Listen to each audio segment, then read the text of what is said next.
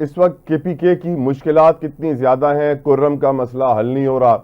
हम ये भी जानते हैं, आज ही मैंने खबर पढ़ी कि बड़ी तादाद में वज़ीरिस्तान के पास तेल और गैस के ज़खायर दरियाफ्त हुए हैं। मादनियात से मालामाल है ये सूबा। पर ये जो लॉ एंड ऑर्डर की सिचुएशन है, आपकी नज़र में ये इस वक्त केपीके की तरक्की को कितना मुतासर कर रही है सर? सर जी देखें, तरक्की तो वहाँ होती है जहाँ पे अमन होता है। अब बदकिस्मती से ये आज की बात तो नहीं है ना, तो 25-30 साल हो गए कि खैबर पख्तूनख्वा को दहशतगर्दी का शिकार है। खैबर पख्तूनख्वा फ्रंट लाइन सूबा है और यहाँ जंगें हो रही हैं, तो काफी अरसे से ऑपरेशन हो रहा है। तो एक मुश्किल सूरत हाल में हुकूमत करनी होती है। इसमें जब तक तमाम स्टेक होल्डर जो है वो एक पेज पर नहीं होंगे और उन मुश्किलात को हल करने के लिए एक साथ नहीं होंगे, तो एक हुकूमत के लिए, सूबाई हुकूमत के लिए तो बड़ा चैलेंज होता है, बड़ा मुश्किल होता है। ये तो जब तक वफाक की हुकूमत बैठ के, क्योंकि इसमें जो सबसे बड़ी इंपॉर्टेंट चीज है वो है क्रॉस बॉर्डर टेररिज्म। अब क्रॉस बॉर्डर टेररिज्म सुबह सुबह नहीं रोक सकता, न सुबह की इतनी कैपेबिलिटी होती है। लेकिन वफाक की जो खामोशी है वो इंतहाई अफसोसनाक है। ये अब कोई देखे ना, एपीएस का वाकया नहीं हुआ था तो कोई नेक्टा भी नहीं था और न कोई वो था, नेशनल एक्शन प्लान था। जब एपीएस हुआ तो ये सारे बने और फिर उसके बाद जब वो उस पर जब मिट्टी पड़ी तो फिर उसके बाद खामोशी का। यानी आप देखें ना कि ये क्या इनकी पॉलिसी है, क्या काबुल के साथ आप एंगेजमेंट नहीं रख रहे हैं। आपका वजीर खारजा फुल टाइम नहीं है, वो डिप्टी प्राइम मिनिस्टर भी है। और वो कितनी दफा काबुल गया है और कितनी दफा एंगेज किया है उन्होंने अफगान गवर्नमेंट। वो तो सर काकड़ साहब, आपको याद है निगरान हुकूमत, जो तारीख साज निगरान हुकूमत थी, पूरी दुनिया में काकड़ साहब घूमे, अफगानिस्तान नहीं गए, पश्तो आती थी शायद इसलिए। मैं ये कहना चाहता हूँ सर जी कि ये हमारी बड़ी बदकिस्मती है कि अफगानिस्तान हमारे साथ जुड़ा हुआ है। हम उससे जान नहीं छुड़ा सकते, हम दुश्मनी भी कर लेना तब भी हम। लेकिन यूसुफ जई साहब, अफगानिस्तान तो ईरान के साथ भी जुड़ा हुआ है, ताजिकिस्तान तुर्कमानिस्तान के साथ भी जुड़ा हुआ है, वहां पे दहशतगर्दी क्यों नहीं करते हैं, सिर्फ पाकिस्तान में क्यों? तो बस ये तो अब ये इस तरह के क्वेश्चन करोगे तो शायद फिर मुल्क दुश्मनी में आएगा ना। ओके, मैं माफी चाहता तो हूँ। हम तो डर की वजह से क्वेश्चन कर ही नहीं सकते हैं। आप देख रहे हैं कि लोगों को उठाया जा रहा है, लोगों को धमकाया जा रहा है। ये चीजें तो मतलब ये कि आप क्वेश्चन भी नहीं कर सकते। आपका जो शऊर है वो भी आप उसको जिंदा ना रखें इतना। सर केपीके से शौकत साहब जरा आइए बलोचिस्तान की तरफ।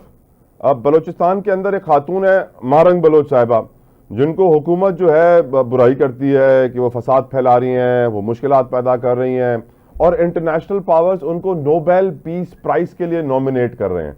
तो मैं हैरान होता हूं कि दुनिया उनको फ्रीडम फाइटर समझ रही है और हमारी हुकूमत उनको दहशतगर्द का लक़ब दे रही है कि वो दहशत फैला रही हैं। बलूचिस्तान का प्रॉब्लम आपका, उसके ऊपर एनालिसिस सर। देखिए, बलूचिस्तान में महरूमी बहुत ज्यादा बढ़ रही है। मैं पिछले दिनों क्वेटा गया, मुझे बड़ी हैरत हुई कि शहर जो है वो ऐसा लग रहा था जैसे खंडरात नहीं होता, जैसे नहीं लग रहा था कि क्वेटा बलूचिस्तान का सूबा का मतलब दारुल खिलाफा है। और वो नहीं है बिल्कुल। वहाँ पे जिंदगी जो है वो मफलूज होती जा रही है।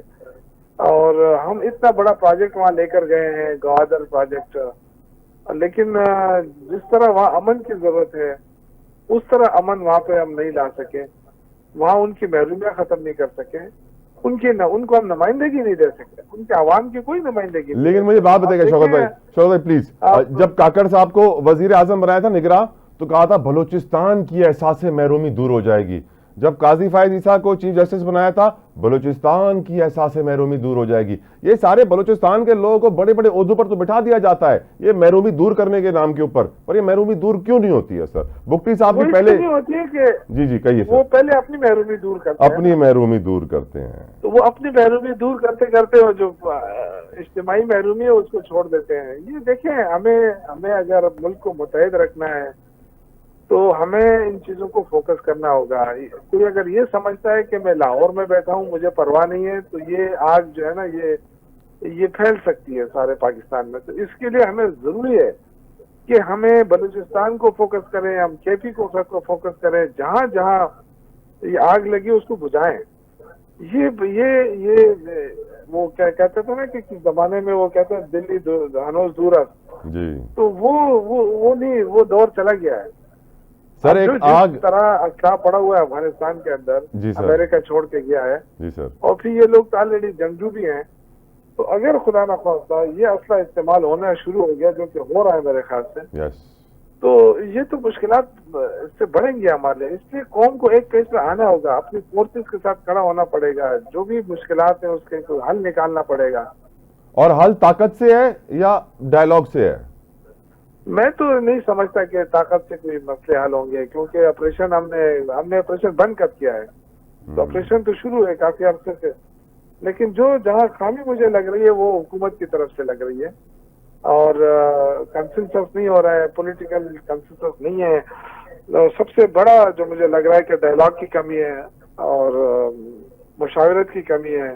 अब हम ये नहीं कर सकते हैं कि अपने मुल्क को बचाने के लिए एक पार्टी को इजाजत है वो अपने लीडर से मिलकर बात कर ले। अब ये अंदाजा आप करें, इतना ईगो, इतना तकब्बुर, इतना, तो इसने तो पाकिस्तान को 2 लाख किया था इस तरह के तकब्बुर ने पहले भी।